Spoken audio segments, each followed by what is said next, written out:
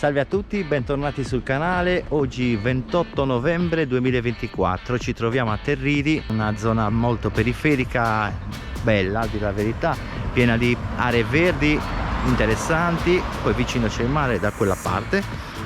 E oggi andremo a visitare dei nuraghi, continuerà il mistero di questi nuraghi che abbiamo nel Campidano, che sono sepolti sotto la terra. Quindi in passato la Sardegna è stata colpita da un maremoto. Cosa sarà successo a questi nuraghi? Vediamo un po' di scoprirlo assieme. E poi ci sarà anche tanto altro per voi, però non vi spifero niente. Tutto questo dopo la sigla.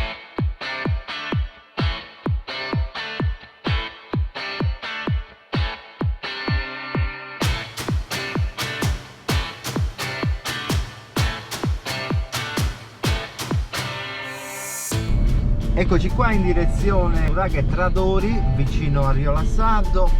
E questo nuraghe è particolare, un po' come era particolare quel nuraghe del video precedente. Se non l'avete visto andatelo a vedere, del nuraghe Suraki, quello a San Veromilis. Qui ci sono tre nuraghi parzialmente coperti. Uno è il nuraghe Prei Madau, però non si vede niente, sono soltanto delle pietre, quindi o è sotto la terra, quindi questo nuraghe o è sotto oppure è stato smantellato. Quello che vedremo più in dettaglio, che andrò lì io di presenza, è nuraghe Tradori. E poi c'è un nuraghe un po' più in là che si chiama nuraghe Straderi.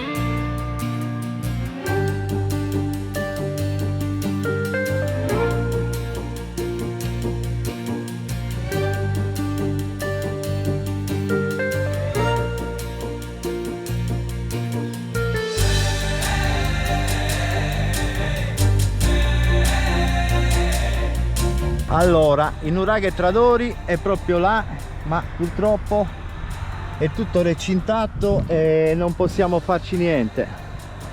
Non possiamo entrare dentro perché c'è un tanto di divieto qua. Vedete, vietato l'accesso, c'è qua, c'è anche a metà strada e poi è tutto recintato e non si può entrare per vederlo un po' più da vicino, magari anche un po' pericolante, forse per quello. Comunque questo nuraghe non risulta tanto sommerso, anche se qua ci troviamo più o meno a 50-60 metri dal livello del mare. Quindi resta sempre il dubbio se qua in Sardegna migliaia di anni fa è arrivato questo grande maremoto che ha sommerso questi nuraghi, oppure è il tempo che ha fatto sì che questi nuraghi si ritrovassero sotto un cumulo di terra per vari periodi, il tempo che c'è stato, effetti meteorologici, diciamo. Io non so darvi una risposta perché la risposta non si saprà mai, possiamo tirare a indovinare. Infatti ci sono tante scritte nero su bianco anche per quanto riguarda i nuraghi, a cosa servissero.